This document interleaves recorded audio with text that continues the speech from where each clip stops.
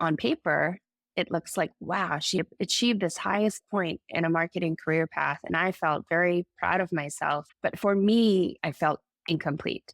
And it felt like I kind of lost my love for the craft. That is Katrina Lee. Today, she's a fractional CMO, advisor, and co-founder of the Penknife Collective.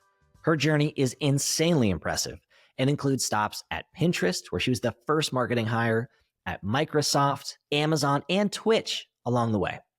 If you're new here, my name is Andrew, and in this show, I have candid conversations about some of the toughest moments that almost derailed my guest careers. And that's what you're going to hear about in my conversation with Annie. We're going to talk navigating imposter syndrome. We're going to talk getting tough feedback and how that impacted her. But my personal favorite part was hearing about how becoming a mom at the apex of Annie's career, when she first became CMO, impacted both her professional identity and her love for the craft. Enough from me. Let's go ahead and jump right in. I grew up in two very different places, one being Augusta, Georgia, and the other being the big island of Hawaii. So two very different small towns. And I grew up with a certain mindset that the community has, and I really wanted to pave a way for myself. And I had kind of big ambitions, like a small town girl going to the big city growing up. As a child, I was very creative.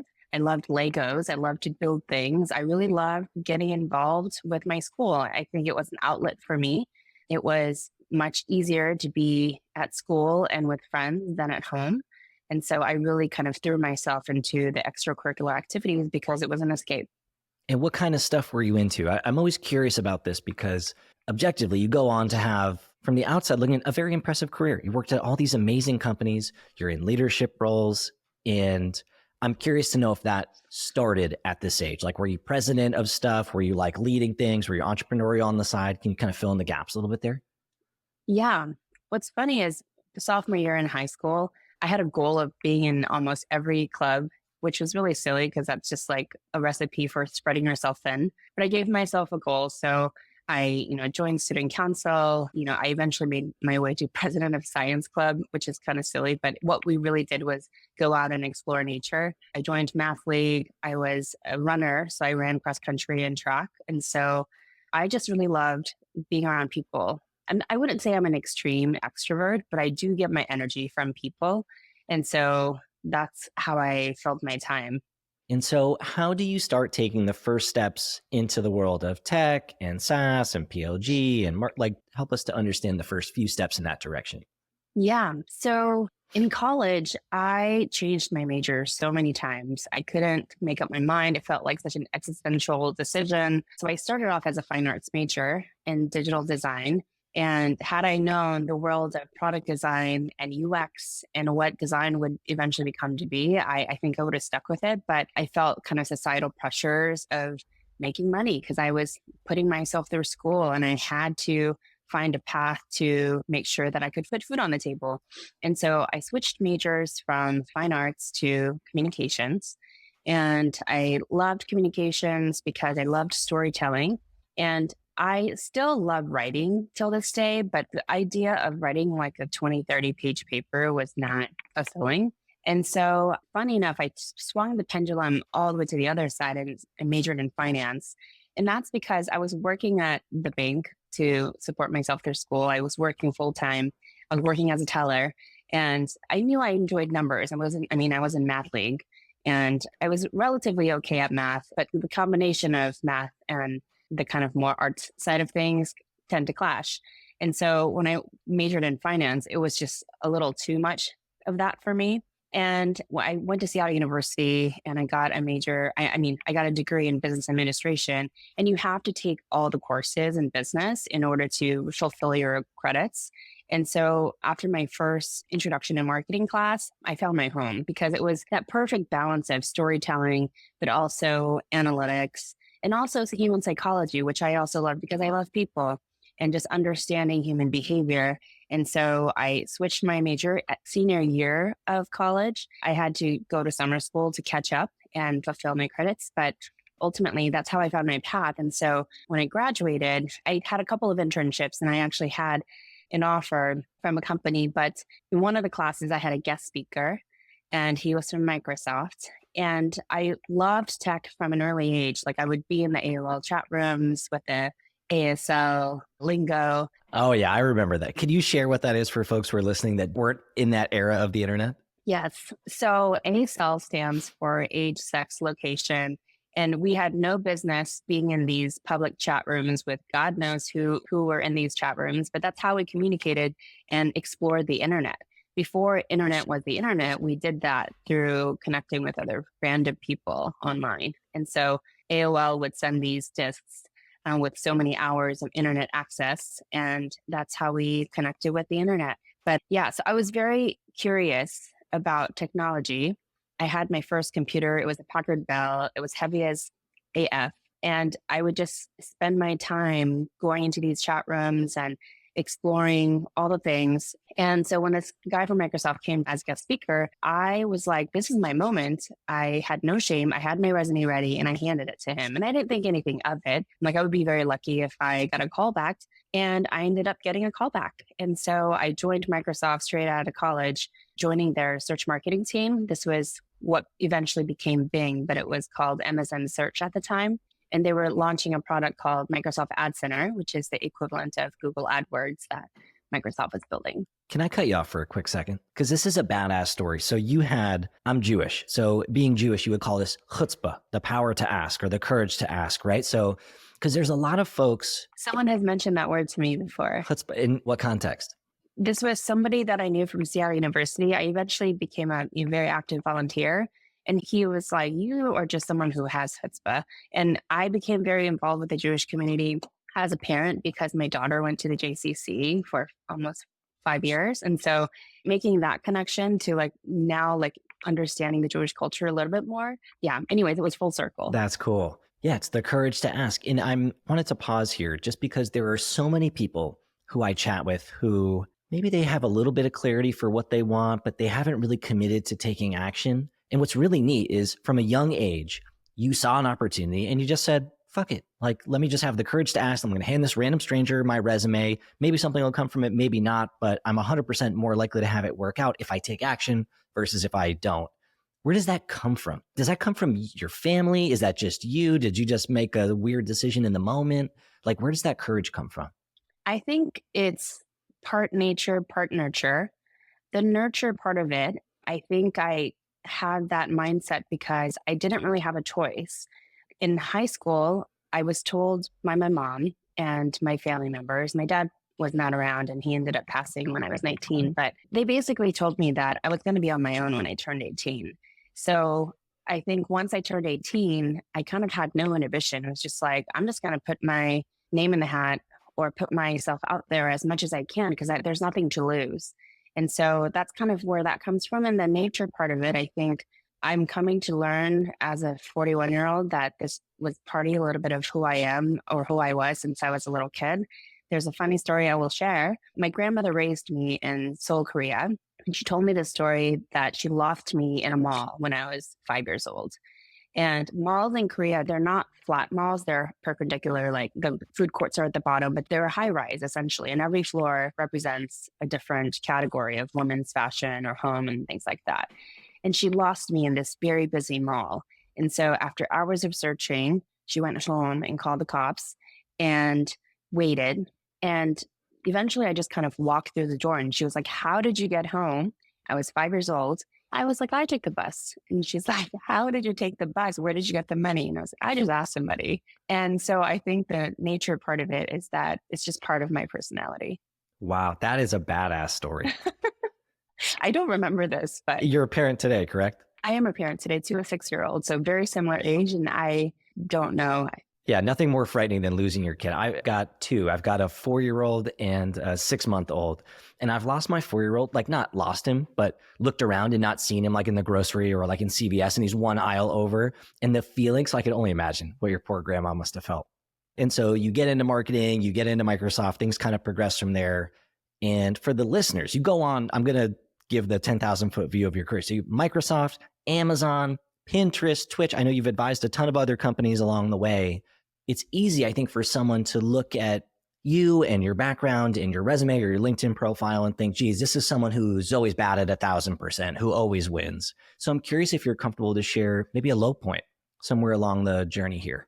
That's absolutely right. Someone might look at my resume and think, wow, she's kind of hit the nail every single time. How lucky. But certainly it does not show the difficulties that I've gone through and how many no's I've gotten and how many rejections I've gotten. So, one of the low points in my career, I would say, is well, there was two, but I'll start with one. One is this was around 2009. It was kind of a tail end of the recession, but we're in the thick of it, what it feels like we're in now. And I was at Microsoft for 6 years and I was in my mid to late 20s and I was itching to get into the startup scene. I had a lot more energy than I felt like my job was fulfilling at the time.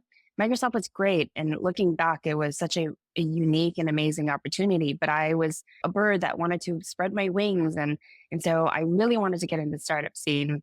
And so I interviewed at a ton of places. Luckily, I got interviews. So I knew that my resume was good enough to get my foot in the door, but I didn't get past the interviews. And I interviewed at pretty much every other recognizable tech company. And it was really tough. And one point, I flew all the way down to Silicon Valley. They flew me out. I went through a million interviews. I did 2 case studies. And not only did I get a no, but I never got a call back with a no. And that was tough. The ghosting, that was a hard pill to swallow.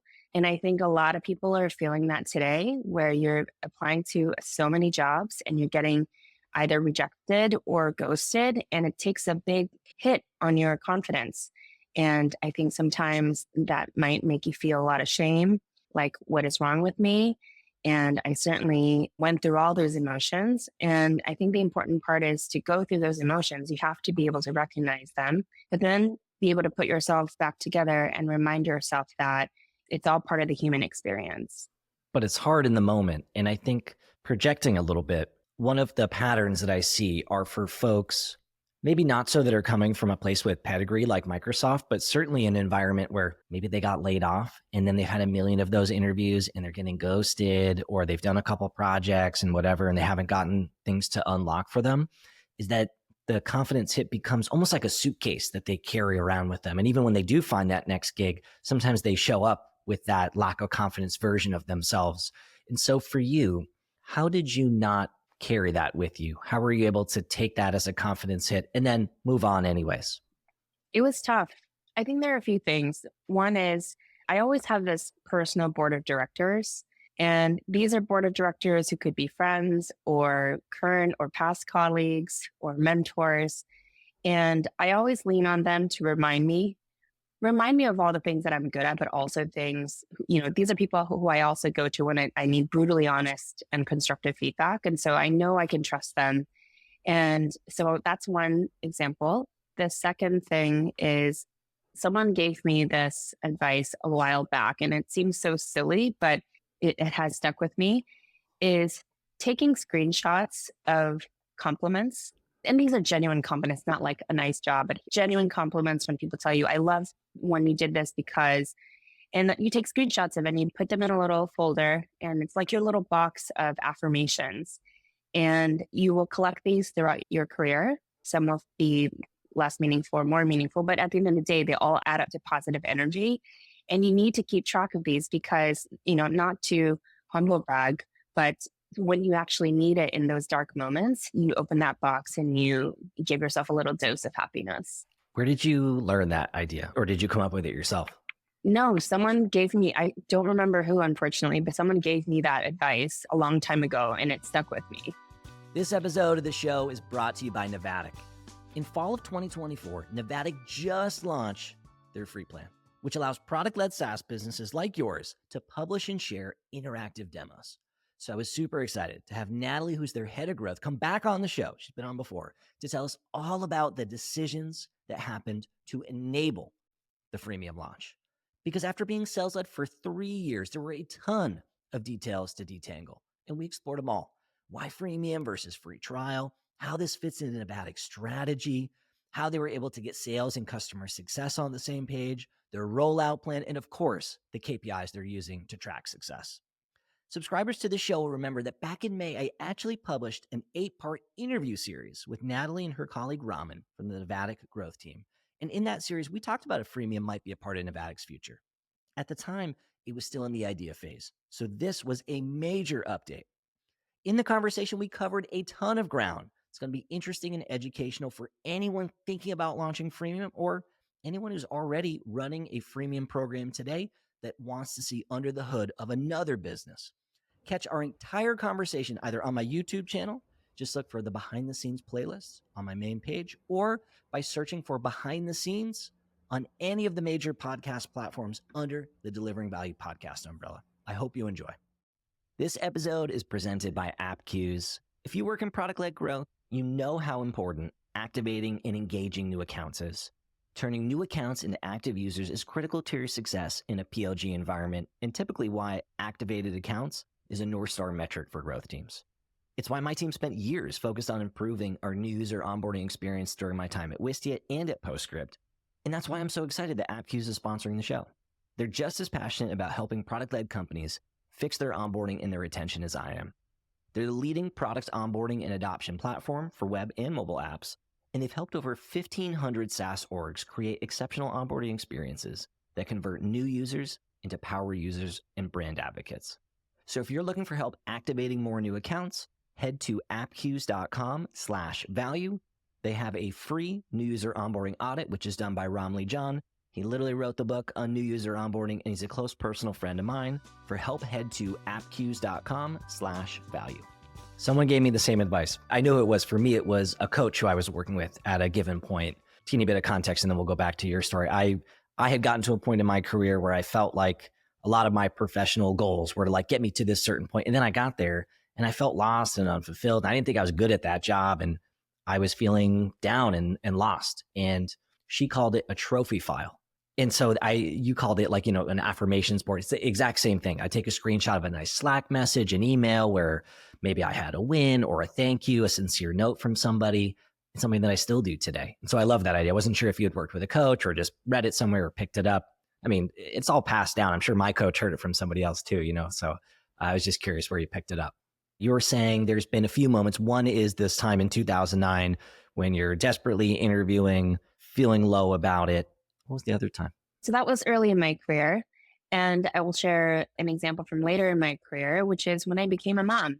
And the irony is that this was a point in my career where I felt like it was taking off. I was getting promoted. I was getting paid more. And so this was like the ideal definition of success that I had in mind. And then boom, I had a kid and it blew up my entire identity. And it was very disarming. I was not mentally nor emotionally prepared for all that is motherhood and the juggling that comes with it. And it challenged who I was internally and also all the priorities that I had set for myself in my life. And so that was really tough because I had this kind of one side of me and one life and identity where I felt this was kind of where I was trying to take my life and everything I had worked for. And then there was this other side of me where it was a type of love that I had never experienced before. And I became the type of mom that I told myself I would never become, but I'm so much happier for it. And it took me a very long time. I mean, continue to learn. My daughter is 6 and I feel like I'm only now getting the hang of things and I still struggle, but only now I feel like, wow, I think I could find this balance. And it took a lot of mistakes, a lot of failures, but I think now I have a much clearer vision of where I want to take my life. And as you share this story, is there like a moment that you're picturing in the back of your head? Like, oh, there was this one day in this one meeting and I had to show up at work, but something crazy happened at home. Like, is there something in the back of your mind that you're thinking about as you share all that? I don't know if there was just like one big moment. I think it was definitely a snowball effect where it all kind of just compounded. But if I had to think about a catalyst, was I had 2 positions. It was my first CMO position and then a CMO position right thereafter. And on paper, it looks like, wow, she achieved this highest point in a marketing career path. And I felt very proud of myself for carving a seat for myself at this table. What's so funny is like when I got there, it just didn't feel right. And it didn't feel right for a few reasons. One was because I from an identity perspective, I felt like I had less time to spend with my daughter, and I sure could have hired help and things like that. And there's nothing wrong with that. But for me, for my experience in that moment, I felt incomplete. And secondly, I got to see a peek behind a curtain of this executive show that I hadn't had this level of experience before. And it felt for me, again, this is unique in my experience and not saying that this is every CMO position, but it felt like I kind of lost my love for the craft. And it could have been because of my own journey as a mother. It could have been the environment that I was in. I don't know. And so that was another kind of catalyst or signal that made me rethink and reevaluate how I might want to pivot things. And is the losing your love for the craft, is that because of this big identity shift, or was it because you got to peek behind the curtain and you didn't like what you saw, or something different? I don't know. It could have been a combination of both.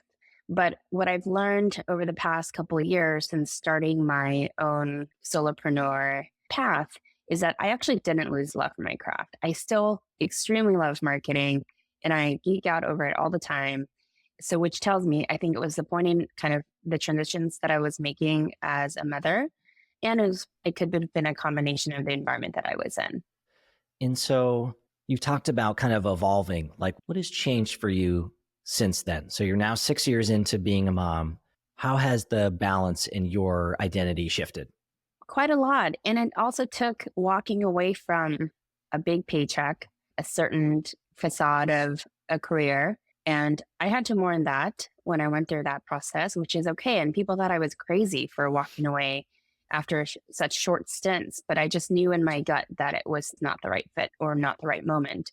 And so since walking away, I feel like I'm able to pick up my daughter from school. And unfortunately, schools in America, we have very archaic schedules for, when kids can be picked up by working parents. I think they're still designed for parents who, it kind of assumes that there's always a stay-at-home parent. Pickups at like 2, right? And noon on Wednesdays or something? Precisely. Yeah. Yeah. My wife, I've got a 4-year-old, so we're starting to research it. And we're like, what the hell are we going to do? Exactly. But, now I am unapologetic about picking up my daughter. And I love the look that she has on her face when she sees me in the car line, because I know those years are going to be fleeting. And that was kind of a big aha moment for me, was knowing that there was going to be an expiration date for this window of magical childhood where she will look at me like I'm the best thing since sliced bread. And there will be a moment where she's going to think I'm the worst thing that happened to her. It might already be starting now, but I want to relish it and soak it up as much as possible. And that was another realization, is that my career will always be there because I can build it back up again. But this window in time with my daughter is going to be fleeting and there's going to be an expiration date. I love that perspective. That's beautiful. What would you like other women who are listening to this to hear? Maybe they're a step before this. They're in it. They have achieved some level of professional success. They're having this big identity shift and this big priority shift, and they haven't gotten the clarity that it sounds like you got to. What would you like them to hear and take away? For so long, I feel like women have been encouraged to lean in, put yourself out there and carve that seat at that table, break that glass ceiling. But I think it's also okay to lean out when you need to, because everyone's journey is different and you can't be leaning in 100% at a time. Otherwise, there won't be anything left in you to push through. And so I had to give myself permission to lean out. And that was okay. And I don't think my career has, slowed down in any way, to be honest. Maybe it looks a little bit different, maybe a little bit of a different path, but I feel like I'm still able to do what I love most, which is working in marketing and partnering with founders and helping teams grow. To me, I'm still making a big impact without having to be in a specific position. And maybe I'm projecting a little bit my own beliefs, but we're probably just early to a movement that will be the future, likely, where it's a little bit more fractionalized, but we'll see. And so that feeling that feels so scary right now, maybe in a few years will feel less scary to kind of future generations. Oh, no, I don't think you're projecting at all. I think you are pointing out a vision that I think a lot of people are starting to pick up on, which is there's a big revolution happening. It could be a combination of, the perfect storm where we had this big pandemic where it forced people to challenge what it felt like to have majority of companies work from home, but also people entering a phase in their lives. A majority of the working force are probably becoming parents or are parents already, or will soon become parents. And whether you decide to have kids or not is not the point. It's more like getting to a phase in your life where you start to realize there's more to life than work. I feel like I'm essentially the same age as you. And so I feel like when I was coming up in tech, we glorified the hustling. Like we talked about it. It's like you got promotions because it was like, well, this person is all in. I saw them here on Saturday. Like sometimes when I worked at HubSpot in the early days, I would go in on a Saturday and I would see other people in there on Saturdays. And the managers would applaud that stuff. It would get you promotions. It would get you attaboys and attagirls in the office. And it seems like there's been a healthy shift away from that people are like, that is not what life is about. Who cares? We're growing some stuff that lives in a cloud. It's not even real. What's real is the connections and the family and the hobbies and things like that. And so it seems like we're having a nice recalibration there. Yeah, there's a recalibration happening. I admire Gen Z. I learn so much from their chutzpah. They're not afraid to go after what they know, and they're so internally and intrinsically motivated, and they're not afraid to ask for the ideal work from their perspective. And I really admire that. In this show, I talk to SaaS leaders about the moments that almost derailed their careers. The tough feedback, the imposter syndrome, the high stakes challenges, all that kind of stuff. And as a coach, I help you navigate these moments before they spiral. So if you're leading a team for the first time or feeling overwhelmed in your role, I can help you increase your impact, lead more effectively, and thrive in your career without losing sleep along the way. So if you're ready to have more impact, I would love to support you. You can check the show notes below or head to deliveringvalue.co/coaching to book a call with me and see if we jive. So shifting gears a little bit, one of the other areas I love to explore with guests is feedback, either giving or receiving feedback. I'm curious if there's a moment in your career or maybe some specific feedback, either formalized or informal, that stands out to you in your journey as being difficult and hard to receive. One feedback really stands out because it still haunts me till this day is I have a friend. I used to work with him, but we were friends before and after our working relationship. And, he got to experience the same working environment that we were in, but he also knew me personally, which is why it felt comfortable, I think, to exchange and give this feedback, is he told me that I cared too much. And I'm like, what do you mean? I take such pride in caring and having passion. And sometimes I do care too much, but I felt like that was a very positive trait.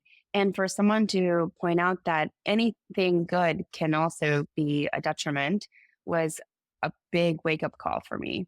And so I take that feedback with me. And it took me a very long time to really see and hear his feedback because I didn't really change from when he initially shared that feedback. It took years and years.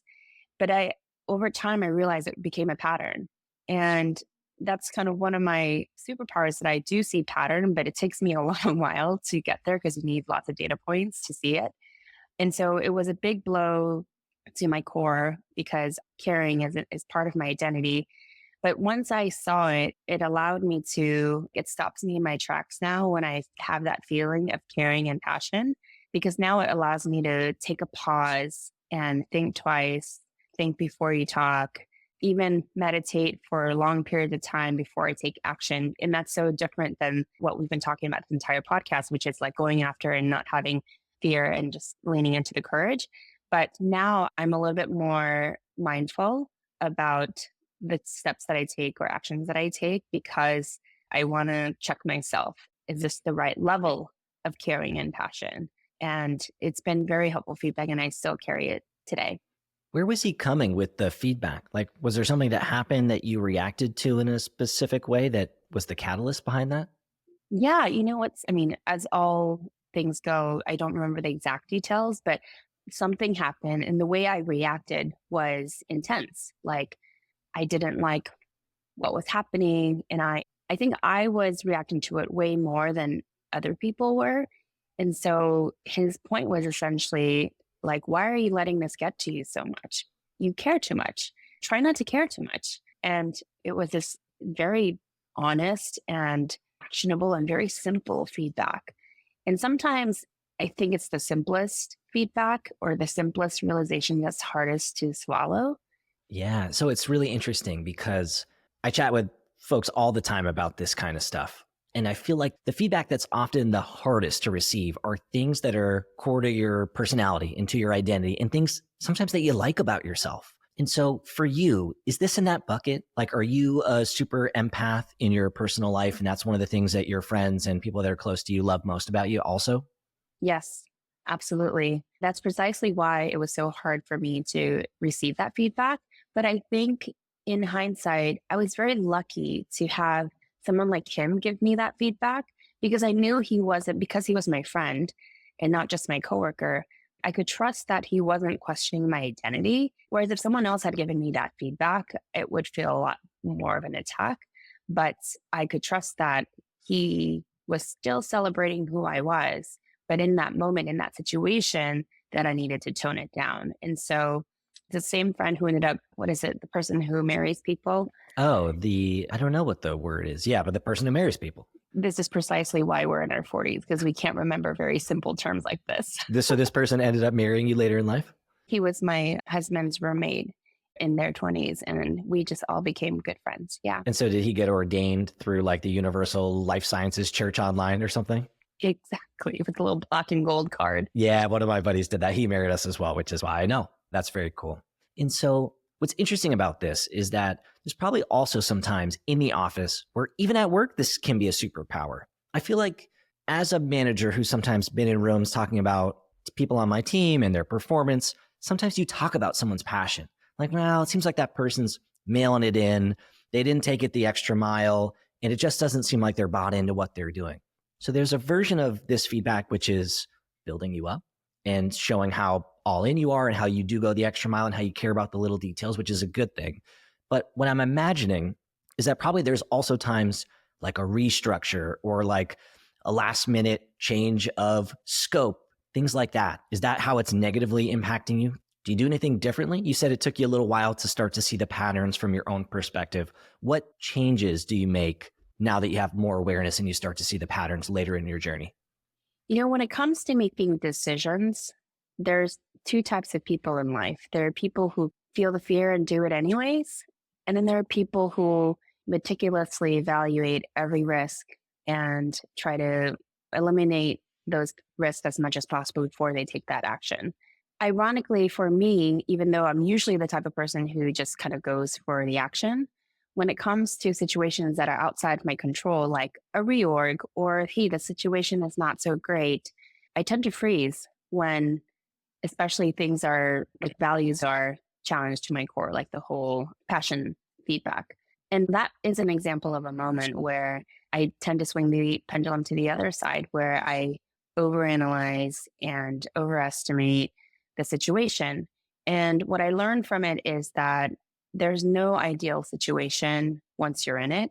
And you kind of have to always trudge through life with a 70-30 or a 60-40 rule, because you have to do the best you can with the information you have or the situation that you're in. Because otherwise, if you let that other 30-40% exhaust you in any way, then you can get through a situation like that. And so that has been an interesting realization for me, because I tend to shy away from situations where, for example, if I can't get along with somebody, and that's really hard for me because I feel like I love people and I can get along with pretty much anyone, but then that's just not realistic. And it came to a point in my life where I had to accept, like, some people might not like my cup of tea, and that's totally okay. And I think that was a hard pill to swallow, but an important lesson to learn. I want to explore that because that's a fascinating thing. It's something that I personally like deeply resonate with, which is like being a people pleaser and how it impacts you positively and sometimes negatively at work. Before we do, I want to just go back one step, because thinking about the feedback that you care too much, I'm actually really curious if you've ever given this feedback to someone else as a manager or as a friend or as a colleague. Oh my God, I actually have not. Have you seen it in other folks? Because that's always what I'm curious about. When you go through a journey yourself, your ability to see impact of the challenges that you also faced, changes. So I was curious if you had to point that out for anyone else. I have one time where it was a direct report and I almost saw myself in her, like a 10-year earlier version of myself, where she was the type of person who goes above and beyond, is always on top of her game. And part of what was driving her was that she cared a lot and she had a lot of passion. And it's such a wonderful and positive skill set. But there's a point in a career where sometimes even your best abilities will work against you. And then I interrupted you before. So you were starting to also share about getting your energy from other people and sometimes working and collaborating with folks who maybe you don't automatically click with, and how that impacts kind of the way that you feel and the way that you operate. Can you elaborate a little bit more? I cut you off a little bit there. I began to enter more phases or more situations in my career where getting along on a personal level wasn't always achievable. And that was hard. That was a hard realization for me because I feel like, especially earlier in my career, being at work was more of a social activity. You know, you almost had happy hours after work, or people got to know each other more on a personal level. And now people do a much better job setting boundaries between their work and personal life. And that's a good thing.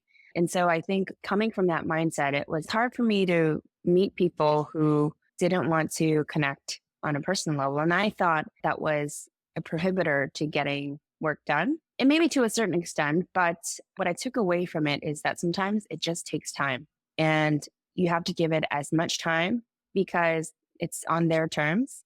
I can't rush connection no matter how hard I try. And so sometimes the best you can do is kind of put that energy out there and you just wait. And sometimes maybe you'll never receive that connection that you're looking for. And that's totally okay. As I've gotten more into like the different personality profiles and things like that, I've learned that there are just some personality types that like just have a hard time communicating. Even like the communication style can be different. So coming from a Jewish family, my family interrupts when they want a chance to speak. Like if you never interrupted someone, you would never say a word at Thanksgiving. And so it just is this crazy ping pong where that's very different from my wife's family. They come from the Midwest. They speak until they're done speaking. Then there's a pause. Then the next person speaks. When you bring those two styles together, sometimes it takes a long time to find a rhythm. And that's even not even taking into account the personality differences and things like that. And that's what makes this hard. And so I think sometimes we blame ourselves, like, I'm having a hard time connecting with this person. They're more senior than me. I need to find a way to connect with them. That would be helpful in my career. And that's why, to me anyways, in my journey, it's felt difficult. And that sounds like a version of that for you as well. Oh, yes. And speaking of spouses, my husband and I could not have any more different communication styles. And he's a great communicator. He's much better at me when it comes to being clever or precise. But because communication goes two ways, he's one of those types of people who could care less if people didn't connect with him. And so I learned from him a lot. I think that's noble. That's just not who it is for me. I think that for whatever reason, there's been a premium, maybe in the way that I was brought up in connecting with folks, especially when you become a leader, like finding ways to connect with other leaders and things. And so it kind of drove me crazy when there was someone that I should be working with and collaborating with a lot, when I'm not able to connect with them on a personal level. Like that would keep me up at night. I would focus on it. I would kind of obsess over it. And that doesn't help. That doesn't change anything. Or the flip side for me is sometimes there'd be someone where maybe you did have a connection with, but then you see kind of a nasty side of them, or a side that maybe you don't like quite as much. And then you sort of feel this push and pull where like, well, maybe I don't want to connect with them anymore. Has that ever happened to you? It hasn't gotten to a point where I didn't want to connect with him, but it did get me to a point like, wow, this is not who I thought you were. I have certainly had moments of that feeling, but I try to remind myself that everyone is going through whatever internal battles that they're going through. And certainly I can speak for myself that I go through my own internal battles, and I might not portray the best version of myself 100% of the time. And I have to kind of turn that feedback around and remind myself that and share that empathy with others as well. One of the things you talked about, internal battles, one of the things that I hear all the time from my coaching clients and folks who I mentor is that they battle with imposter syndrome and sometimes workplace anxiety. Sometimes it's actually hard to detangle those two because they're a feeling and the feelings can feel close. Has there been a time in your journey where those feelings have flared up for you and you've battled them? 100%. And a very specific and clear example is working in tech, especially when I got into tech. There's a lot of people with pedigrees of prestigious schools on their resume. And I went to a small liberal arts school in Seattle.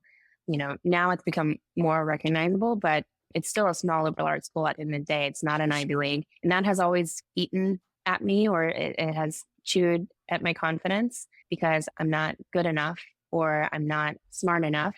But something I've learned more later in life is that there are things that happened in my childhood that prevented me also from leaning into a version of myself.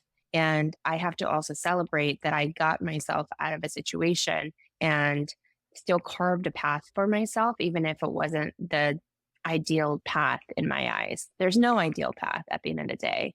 Can you elaborate on the personal side? Because I'm always curious how the things in our life impact the stuff at work.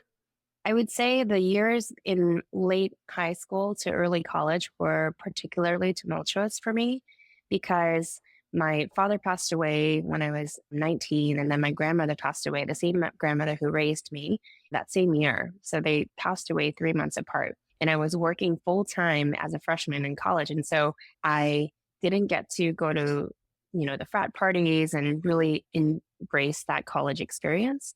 And in the years leading up to college, it was a lot of broken house homes. I was moving homes a lot. And so it impacted my studies. And I remember, this is why I threw myself into extracurricular activities, and running. Running was an escape for me. And I remember coming home and I was too tired, both physically and emotionally, to study. So I just didn't get great grades. And for a long time, I thought, I'm just done. I'm just not smart enough. But I knew internally that was not true because school came very easy for me as a young child. And what's funny is there were moments in my life. So there's two moments. One was my senior year in college. My boyfriend at the time, he was like, I'll take care of the bills. You just focus on your last quarter of school. I ended up on the dean's list. And I realized, like, if I can just have time to focus on my whatever it is in front of me without being stretched into a million directions, I actually can do it. The other example is when I was getting my master's degree. I was still working full time at Microsoft, but it was, again, I didn't have crazy drama in my life, that I was able to juggle this master's degree while I was going to work. And I ended up getting great grades. And so in hindsight, it wasn't that I wasn't capable. It was that sometimes that I was stuck in situations that were outside my control. And what you just have to remind yourself that you do the best you can with this information you have, the situation you're in. And that's way more important than having the ideal scenario to manage that situation. What's really interesting is, I'm going to use my words, not yours, but you had evidence that there were times in your past where you were successful anyways. And so it sounds like you reflected on those moments, evidence from those time at school. And then obviously as your career progresses, you've got the affirmations doc and you're reminding yourself about the evidence. And so has that been helpful? Like for folks that are listening to this that are working with people who they think are above them, like they're punching out up a weight class, so to speak, are those tactics that they could use here? Or are there other things that you would recommend as well? Absolutely. I think those tactics are helpful. Another thing that has helped me is remind yourself that everything in life is cyclical. And so what goes up must come down and then eventually will go back up. And if I look back at my life and my career, it has always been a roller coaster. And it's not a bad roller coaster, but it's just a way of life. And we have to celebrate all those moments, whether they're highs or lows, because if we didn't have those cyclical moments, we wouldn't know what high and low looks like. And so do you ever feel imposter syndrome with what you're doing now? Now, not really. Yeah. Why do you think that is? Because I've chatted with a few folks. Is it an age thing? Is it an experience thing? Is it you get to a certain point and you just stop caring as much about what other people think, or something else? What's your perspective? At first I thought it was an age thing, but then maybe I'm just a late bloomer because I've certainly met amazing individuals who get to this realization earlier in life. And I think it has to do with self-acceptance. I think there's a lot of work that people do, some more than others, where you do the work introspectively, you look for patterns and look at your kind of contributions to those patterns. And it takes a lot of deep inner work to be able to make that realization. And some people get to that phase faster than others. But I do think it comes with radical self acceptance and celebrating who you are, the core and true to who you are internally. And sometimes it comes with age and time, and sometimes it just comes with the ability to do that. And, I've met plenty of people younger than me who have made that realization. And I think it's so admirable. Yeah. Because there's such a fine line between encountering things that you don't know how to do and letting it stop you or making you feel smaller than, versus encountering things you don't know how to do and saying to yourself, well, I can't wait to figure this out. I know I can figure it out. And so the same situations happen. It's just how we analyze them. So what do you do today to bring out peak performance? You're a mom, you've got a 6-year-old. I imagine that there are still days where you wake up tired and off of your game, or you have a hard time getting out the door and your day starts off lower than where you would like it to start. How do you set up a system to have peak performance when you need it? I'm going to get very tactical here, but I recently bought this digital calendar called Skylight. It's basically a smart calendar that hooks up your Google Calendar, all the calendars that you have in your family, and it becomes like a visual representation of everyone's calendar. That's one tactic that we've introduced in our household, because before, everyone would ask me, my husband or my daughter, what are we doing today? When's my such and such? And I'm like, I don't know. Just look at the calendar. So that's been a nice thing. And you hang it somewhere publicly. So it's a digital calendar. It hooks up to all the other calendars, and then you put it on the fridge, on the wall, or something like that. And it's awesome. And so they know not to bug me at certain times of the day because they just look at the calendar like, what's mom doing? I would say the second thing is a little bit more of a macro view. There's a guy named Andy Johns. I don't know if you're familiar with him. He's like the old Facebook growth team guy. Yes, who has now gone this kind of more spiritual journey. And he talks a lot about this intrinsic work that I spoke about earlier, but he's working on this new company, and it helps you essentially approach your life with kind of a performance review or an annual review, especially for goal-oriented people. And so I just try to get access to it. And so we'll see how it goes. But that's something that I'd like to start introducing more. It's called Downshift. The mental picture I get, even just hearing the name, makes a lot of sense to me. That's cool. And so it's a book that he's working on, or like a book to evangelize a perspective. Is that kind of what it is? I think it's a product. And I think the product is meant to be like a template for an annual review for your life. Hey, I'm sorry to interrupt the conversation with Annie, but I have a quick ask, which is if you're listening to the episode and you're enjoying the show, to take a second and please subscribe on whatever platform you like to consume on. If it's on Apple or on Spotify, that's great. You can subscribe right there. Or if it's on YouTube, you can go ahead and subscribe to my channel. The data shows about 60% of the listeners are not subscribed to the show. The algorithms really like that signal. And as your host, I'd really appreciate it too. So if you haven't already, please subscribe. All right, enough from me. Back to the show. And how about on the flip side? So when you're having a day now that's a tough day, how do you regroup? How do you recenter? There's a couple things. One is just to shut it off and walk away. I think there's something about, I love technology, but there's something about being constantly connected that's something to your brain. It wires us differently. And so if I'm having a rough day, I try to disconnect. I turn my laptop off. I try not to go online on my phone even. Try to get outside, go for a walk, go on a run, go on a Peloton, and try to do something other than like something involving a screen. And if you could go back in time, I know we've talked a lot today about just different moments and being a leader and getting feedback and things like that. Is there a soft skill that would be helpful for you in your journey that you wished you could have worked on sooner? Because I feel like the tactical stuff is straightforward, right? To learn how to run this campaign or learn this new PLG thing or learn this new marketing, whatever, right? It's like you can get that from ChatGPT relatively quickly now. And those things tend to be more straightforward. But the things that cause us these missteps along the way are usually the softer skills, the personality traits, the focus areas. And so those are the things I'm always curious to dig into. So I recently wrote this article about the missteps of hiring and positioning yourself as a CMO.